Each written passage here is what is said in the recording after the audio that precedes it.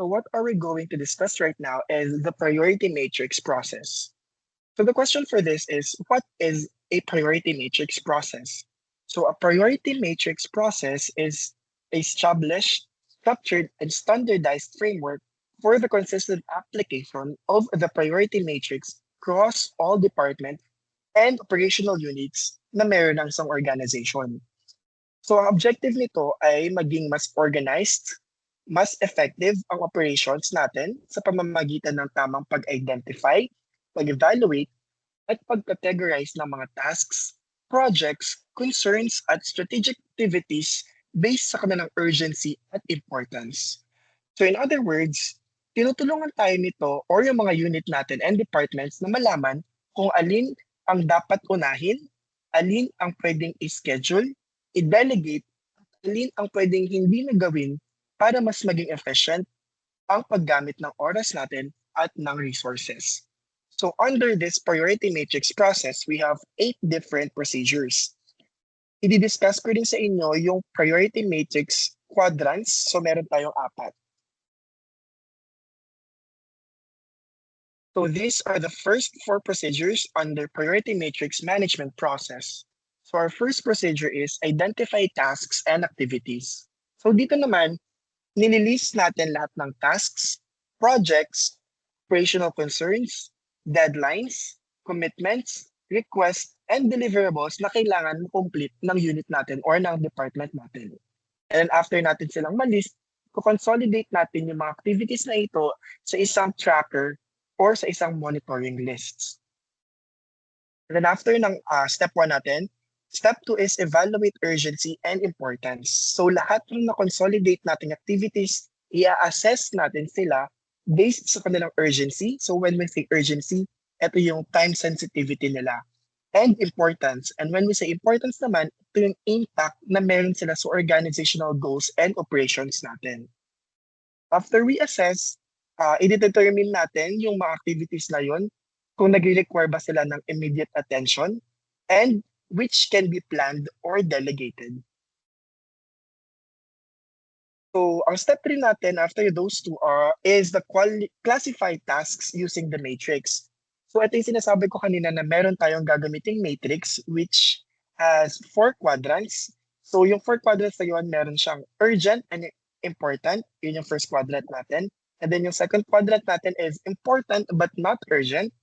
The third one is urgent but less important. And the last one is not urgent and not important. So after nating mag-categorize, let's proceed to the step 4, which is the assign responsibilities. So dito naman, we will assign responsible personnel that establishes timelines, communicate expectations, and allocate necessary resources para sa implementation ng mga na-prioritize nating mga tasks, activities, and programs. So as I said earlier, i-discuss natin yung priority matrix na gagamitin natin. So first matrix or first sa matrix natin is yung do first quadrant. So sa do first quadrant, ito yung mayroong high impact and high urgency. Ito yung mga tasks and activities that are important and time sensitive. So ito yung mga tasks na kailangan gawin natin sila immediately. Second quadrant is yung schedule. So meron siyang high impact and low urgency. So these are the activities that are important but not urgent. So we can plan them or schedule them. The third one is the delegate. When we say delegate, it has low impact and high urgency.